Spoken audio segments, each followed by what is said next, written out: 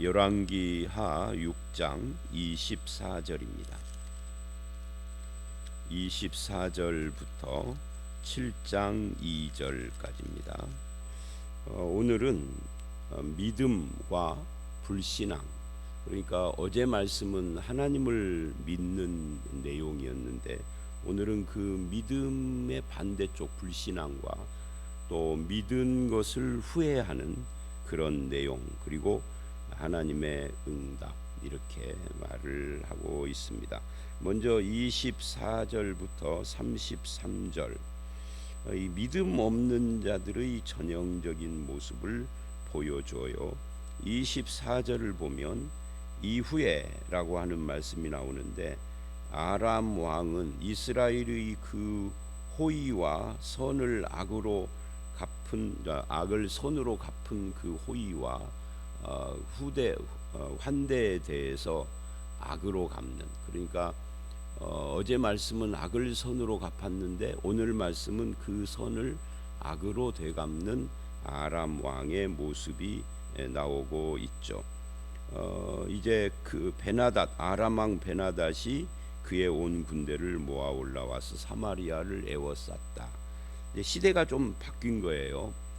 그러니까 시대가 조금 바뀌니까 자기들이 받은 선대, 환대 이런 것을 다 잊어버린 거죠. 이게 이제 정말 세상은 어떤 존재들인가, 세상은 어떤 사람들인가 하는 것을 보여주는 그런 말씀입니다. 신자는 악을 선으로, 세상은 그 선을 악으로 갚는다 하는 그런 모습이에요. 신자는 성경에서 원수라도 은혜로 대해라 이렇게 이야기를 하는데, 그 세상은 반대인 거죠. 내가 받은 것은 꼭 되갚아 준다 하는 그런, 이제 선을 되갚아 주지는 않아요. 악을 되갚는 거죠. 그래서 이 하나님에 대한 믿음을 후회하는 왕이 등장을 한 겁니다. 여기 보면 25절에 성중이 크게 줄여서 굶주림, 포위됐으니까 굶주린 거죠. 옛날 전쟁은 이거 공성전이라고 그래서 적군이 포위하고 안에서 이제 방비하는 그런 전쟁이 주로 많이 있었는데, 그러다 보면은 준비한 그 음식이나 먹을거리들이 없고 또 물이 없으면 이게 굶주린 현상이 나오는 거예요. 근데 거기에 이 굶주림을 이렇게 표현을 합니다. 나귀 머리 하나에 은 80세겔, 비둘기 똥 4분의 1갑에 은 5세겔이다. 이 말은 이제 그만큼 물가가 굉장히 올라서 먹고 살기가 힘들어졌다 하는 이야기예요. 은 80세겔이라고 하는 것이 어느 정도냐면, 이 당시에 노예의 몸값이 30세겔이에요. 노예 몸값이 30세겔이라는 것이 구약에도 나오고, 예수님을 가룟 유다가 팔아먹을 때에도 그렇게 팔아먹고, 그래서 노예라고 하는 인간의 몸값이 30세겔입니다. 그런데 나귀는 그 노예보다 몇 배나 일을 하는데, 이게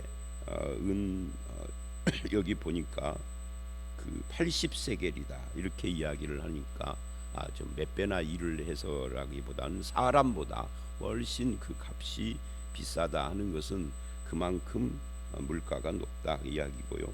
비둘기 똥 4분의 1갑, 4분의 1갑, 한 갑이 2리터라고 그래요. 그러니까 2리터의 4분의 1을 5세겔이라는 말도 상상을 초월하는 물가가 폭등한 현상을 지금 보여주는 거죠. 그리고 이제 그것이 계속해서 30절까지 이어져요. 그래서 이스라엘 왕이 성 위를 지나가는데 한 여인이 외치며 이제 도움을 구합니다. 그런데 왕이 이렇게 말을 해요. 27절에 여호와께서 너를 돕지 아니하시면 내가 무엇으로 너를 도우랴? 타작마당으로 하겠느냐? 포도주 틀로 너를 돕겠느냐? 이렇게 이야기를 해요. 그러니까 이 말은 자기가 할 수 있는 것은 아무것도 없다 하는 이야기인데 그것을 여호와께서 도와야 된다라고 말을 합니다. 그러니까 이 말 자체만 놓고 보면 이 왕이 굉장히 종교적인 말을 했어요. 여호와께서 너를 도와야 된다라는 말은 굉장히 믿음이 좋은 사람이 하는 말이에요. 나는 도울 힘이 없다 하는 것도 겸손한 말이죠. 근데 문제는 뭐냐면 이런 말들이 다 어떤 언어적 수사적 그런 내용들이지 진실로 자기 마음을 담은 것은 아니다고요. 이제 우리 성도들이 입만 열면 아멘 할렐루야 뭐 주님이 뭐 이런 말을 하고 뭐 믿습니다 하는 말을 하는 분들이 굉장히 많이 있는데 그게 정말 하나님께 영광이고 정말 믿음으로 살고 그러는 것이냐라고 따져보면은 그게 사실 입에 담긴 습관적인 언어인 경우가 훨씬 더 많습니다. 오히려 그런 종교적인 용어를 안 쓰는데도 믿음으로 사는 것이 중요한 거죠. 종교적인 용어를 많이 쓴다고 믿음이 좋은 것은 아니다 하는 그런 이야기예요. 그래서 그 다음에 어떤 이야기가 나오느냐면 우리가 읽은 것처럼 그 여인이 이제 무슨 일이냐 하니까 오늘은 내 아들을 잡아먹었는데 내일은 그 아들을 잡아먹기로 해놓고 숨겼다는 거죠. 그러니까 이게 정말 이런 일이 진짜 있었을 수 있을까? 이 상상이 안 돼요.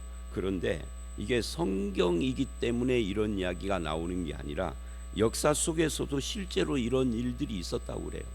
그러니까 이게 성경의 기록이 역사적 사실하고 다른 이야기를 꾸며낸 신화 같은 이야기가 아닙니다. 실제로 이런 일들이 있었는데 그런데 왕이 그 말을 듣자 옷을 찢어요. 그게 30절이죠.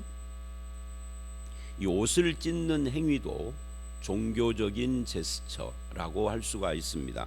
옷을 찢는다는 것은 사실은 굉장히 슬프다 또는 회개한다 또는 참담하다 뭐 이런 종교적인 제스처입니다. 그러니까 말도 종교적인 언어를 했어요. 그 행위도 종교적인 제스처가 담긴 그런 행위를 했어요. 그리고 왕이 지나가는데 백성이 보니까 그의 속살에 굵은 배를 입었더라 그래요. 이 굵은 배를 입었다 하는 것도 이게 회개의 상징입니다. 굵은 배라는 것이. 그러니까 말과 제스처와 그리고 실제 행위와 이런 것들이 전부 다 종교적이에요. 그런데 종교적인 그런 언행을 하는데 그가 하는 그 다음 이야기는 굉장히 불신앙적인 이야기가 나옵니다. 바로 이 부분을 우리는 주목을 해야 해요. 근데 우리들은 똑같이 이 왕처럼 종교적인 언어, 종교적인 제스처, 종교적인 행동들을 합니다. 그러나 실제로 그 마음속에 하나님에 대한 믿음이 있느냐, 또는 이런 것도 우리가 생각을 해봐야 되죠. 정말 회개하는 표시로 붉은 베옷을 속에다가 입었는데 정말 회개했는가? 오늘 현대로 말하면 모여서 회개하는 어떤 집회를 많이 해요. 한국 교회가 일제 때 뭐를 회개합니다 이런 것도 오고, 오늘날 한국 사회에 뭐를 교회가 뭐를 회개합니다 하고. 근데 회개라는 것은 수백 명이 모여가지고 또는 수천 명이 모여가지고 사람들 앞에서 보는 데서 무슨 퍼포먼스 같은 걸로 하는 것이 아니에요. 회개는 어떻게 하는 거죠? 회개는 하나님 앞에서 하는 것이고, 그리고 실제로 삶을 돌이키는 거예요. 회개라는 말의 뜻을 잘 이해를 못하는 분들이 굉장히 많더라고요. 제가 목회를 하면서 이 목회에서 가장 중요한 것 중에 하나가 뭐냐를 진작에, 요즘이 아니라 진작에 목회를 처음 시작하고 전도사를 하면서 느꼈던 것이, 지금부터 한 5년 전에 느꼈던 것이 뭐냐면, 한국 기독교인들에게 시급한 것이 이 성경이 말하고 교회에서 말하는 용어들에 대한 정확한 이해다. 믿음이 뭔지를 몰라요. 믿음 맨날 하는데, 믿음이 뭔지를, 성경이 말하는 믿음, 국어사전이 말하는 믿음 말고요, 교회에서 회개가 뭔지를 몰라요. 맨날 회개한다라고 그러고 뭐 그러는데, 심지어 주보의 어떤 교회는 순서 중에 무슨 회개의 기도, 또 목양 기도 뭐 이런 식으로 해놔요. 근데 회개가 뭐냐 하는 거죠. 몰라요. 회개가 눈물 흘리는 것이냐, 믿음이 믿습니다라고 외치는 것이냐, 그런 것을 따져봐야 할 필요가 있구나 하는 그런 생각을 참 많이 했습니다. 여러분, 믿음이 뭐예요? 믿음은 예수 그리스도와의 연합이에요. 그거를 고백하는 거죠. 그 안으로, 예수 그리스도 안으로 들어가는 거죠. 회개는 뭐예요?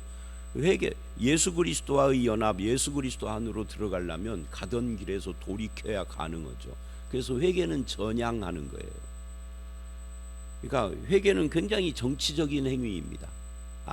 오해하지 마십시오. 세상 정치를 말하는 게 아닙니다. 세상 나라에 속해서 그 길을 걸어가던 사람이 그 길에서 돌아서서 하나님 나라에 속한 자로 돌아서 전향하는 거예요. 북한 간첩이 한국에 와서 한국을 보고 속았구나 하고 전향하는 것처럼 하는 것이 그게 회개예요.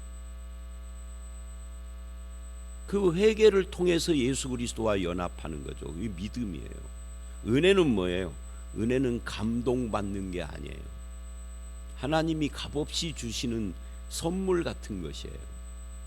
근데 이런 것들이 전부 다 뭐 그 외에도 많습니다.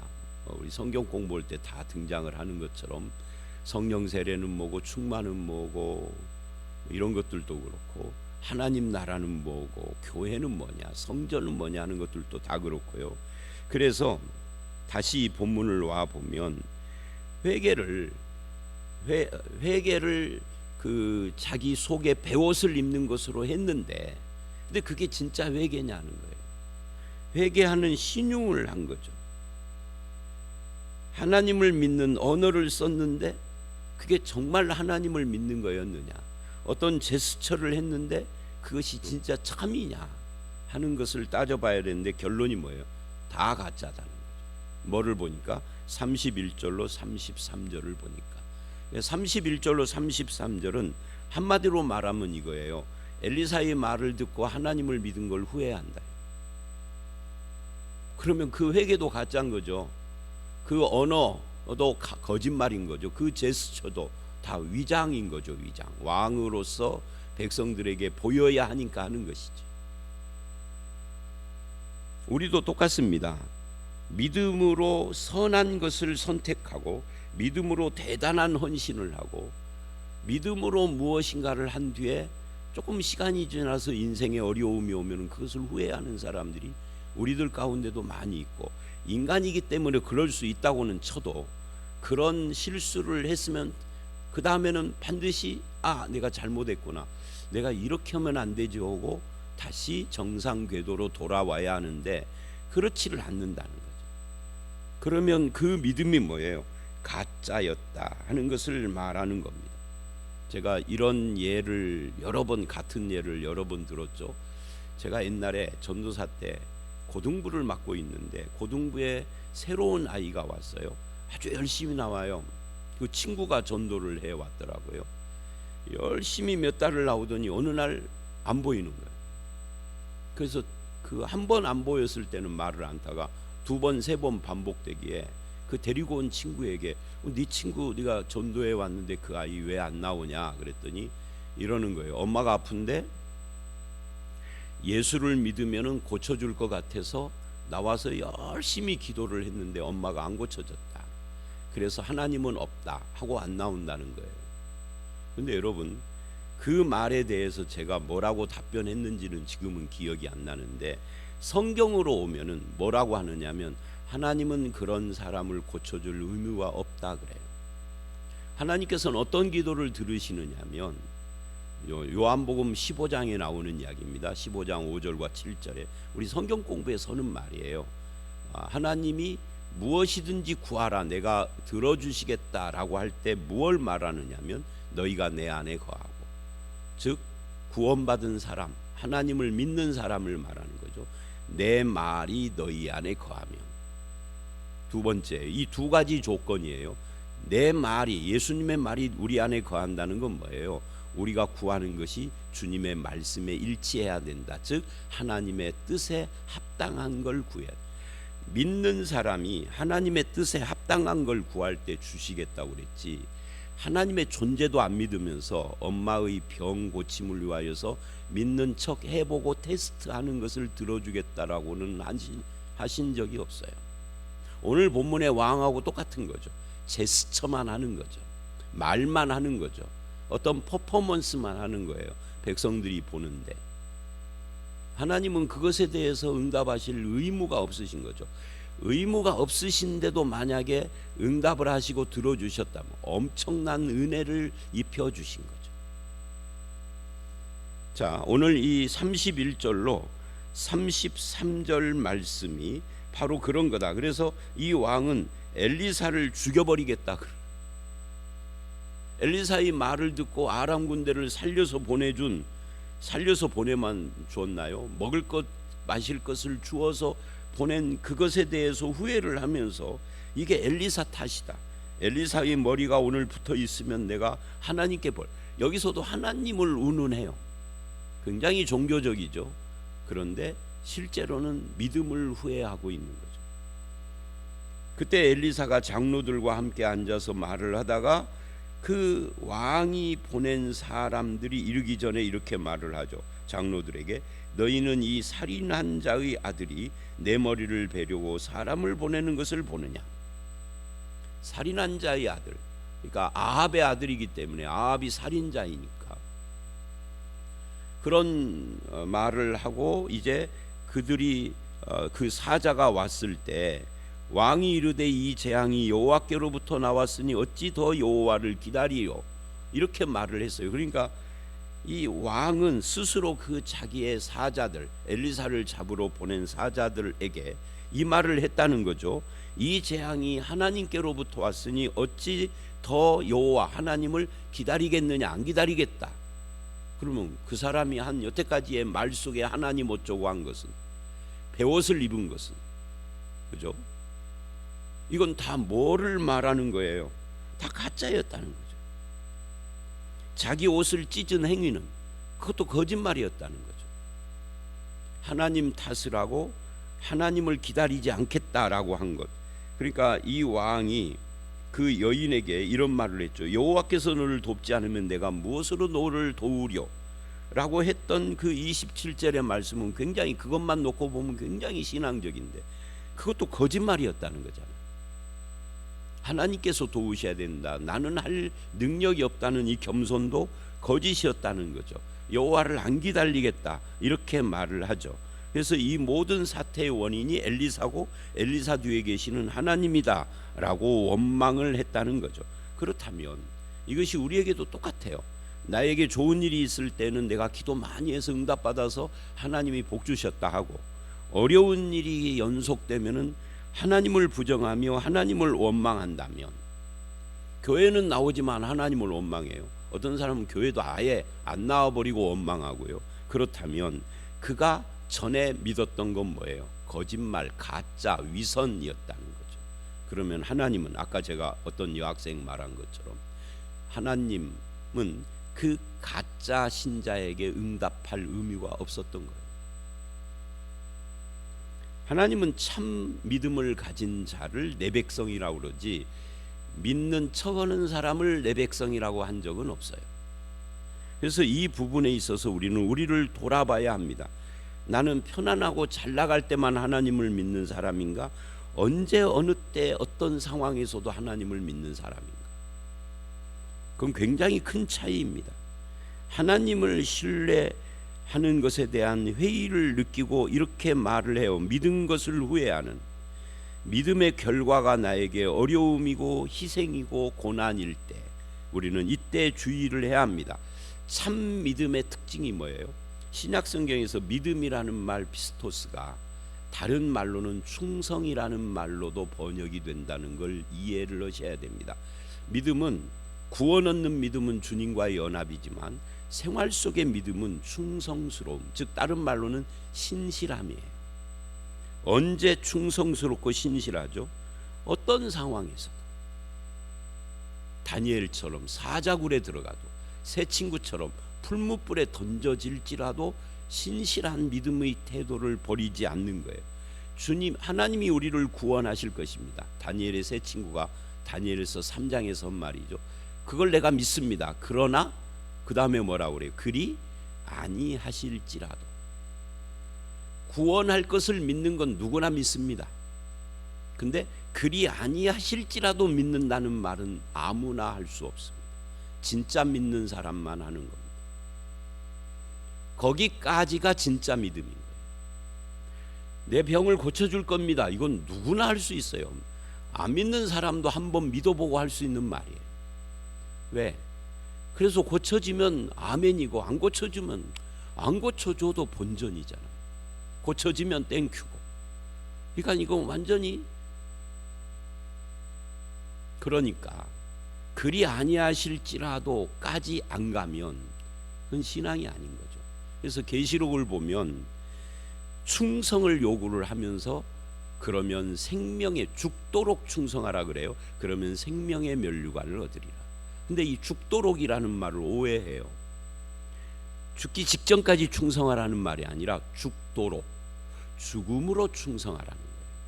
죽음으로 충성하면 생명의 면류관을 얻을 것이다. 이렇게 죽음으로 충성하면 안 죽고 살 것이다가 아니라 생명의 면류관, 죽은 뒤에 면류관 준대요. 우리가 신앙에 대해서 오해하는 것이 굉장히 많습니다. 저는 오해된 신앙 이런 제목으로 책 한번 써볼까 뭐 이런 생각도 있어요. 가능성은 없지만. 자, 그래서 참 믿음이 뭐냐 하는 것을 우리가 이 본문을 통해서 보면서 7장 1절로 3절 2절 말씀을 보면 뭐라고 하느냐면 이래요. 또 다른 불신자가 등장을 해요. 엘리사가 이르되 여호와의 말씀을 들을지어다. 여호와께서 이르시되 내일 이맘때, 언젠가라고 말하지 않아요. 내일이라고 딱 날짜를 지정을 해요. 사마리아 성문에서 고운 밀가루 한 스아를 한 세겔로 매매하고 보리 두 스아를 한 세겔로 매매하리라. 여기서 고운 밀가루와 보리가 등장하는 것은 물가가 막 폭등했던 것이 이제는 완전히 물가가 내려와서 정상화되는 것을 이야기를 합니다. 먹고 살기에 어려움이 없게 되어질 것에 대한 이야기를 하는 거죠.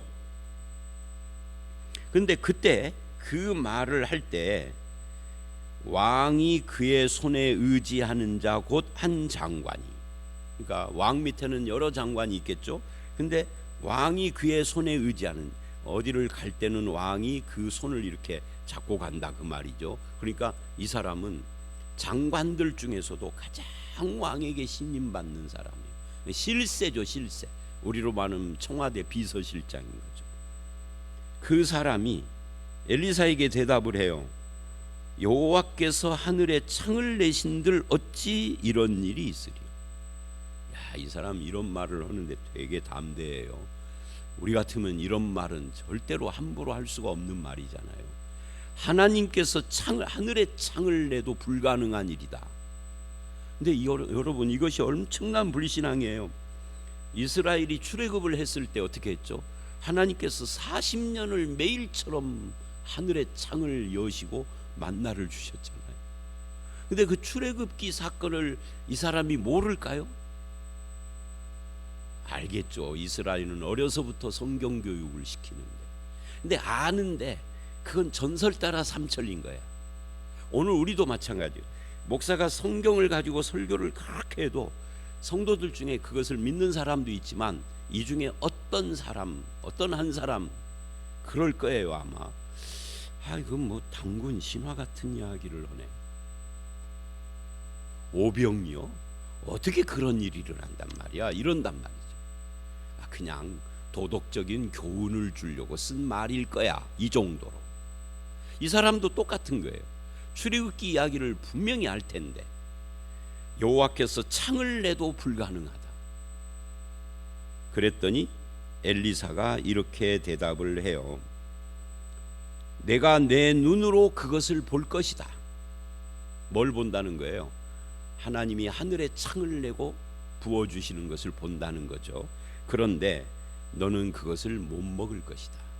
이제 이건 내일 말씀에 나오는 이야기입니다. 그 실제는 그 이제 내일 주일날 새벽에 보시기로 하고, 그러니까 우리는 이 1절로 7절에서 무엇을 보느냐면 우리가 믿는 하나님은 불가능을 가능케 하시는 분이고, 이거하고 비슷한 말씀 중에 하나가 성경이 이런 말을 하죠.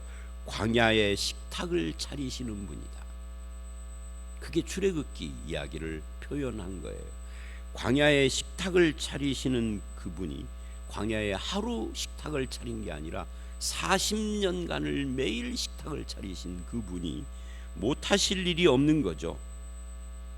그래서 오병이어도 나오는 거고, 우리의 삶도 결국은 그렇게 하나님의 공급하심으로 여기까지 살아온 것이에요. 그래서 마태복음 6장을 보면 하물며 너희 천부일까 보냐 라고 말씀을 하시면서 예수님이 이렇게 말을 해요. 세상의 모든 참새를 다 먹이시는 하나님, 세상의 들풀을 다 입히시는 하나님이 너희 천부시다. 너희는 머리털 하나까지도 다 세신 바 됐다. 이렇게 말을 해요. 근데 우리는 그 말씀도 그냥 도덕적인 교훈으로만 받아요. 자, 오늘 말씀의 결론은 이겁니다. 믿음은 신실하게 끝까지 믿어야 한다. 그리고 믿음은 퍼포먼스나 제스처가 아니고 그냥 종교적인 습관적인 용어, 언어가 아니고 진실로 믿어야 한다. 참으로 믿어야 한다. 진실로 참으로 믿는 믿음, 끝까지 믿는 믿음, 이 두 가지가 오늘 본문이 우리에게 주는 교훈입니다. 근데 우리는 너무나 종교적인 퍼포먼스, 제스처, 종교적 언어에 함몰돼 가지고 믿는 척만 해요. 뭐 저도 그렇고 여러분도 그렇고. 그래서 우리를 살피면서 다시 한번 말을 합니다. 진실로 참된 믿음, 끝까지 믿는 충성스럽고 신실한 믿음으로 하나님을 믿고 따르고 주님과 함께 동행하는 그런 삶을 사는 저와 여러분들이 다 되시기를 주의 이름으로 축원합니다. 함께 기도하겠습니다. 아버지 하나님, 하나님을 믿는다라고 말을 하고 그런 종교적인 언어도 하고 종교적인 제스처도 하고 행동도 하지만 그 안에 진실한 참 믿음은 없었던 왕을 봅니다. 우리가 그런 모습을 담지는 않았는지 스스로를 살피게 하시고 진실한 믿음으로 주님을 따르게 하시며 믿었던 것을 후회하는 어리석은 자가 아니라 신실하고 충성스러워서 끝까지 주님과 함께하는 그런 믿음으로 영광을 돌리는 하나님의 백성들이 다 되게 하여 주시옵소서. 종교적 행위나 또는 어떤 도덕적 교훈에만 머무는 그런 믿음이 아니라 정말 우리의 삶에서 현실적으로 주님이 우리와 함께하고 공급하시고 인도한다라는 것을 믿는 그런 믿음 위에 서기를 간절히 바라옵고 예수님 이름으로 기도드려 싸움나이다. 아멘.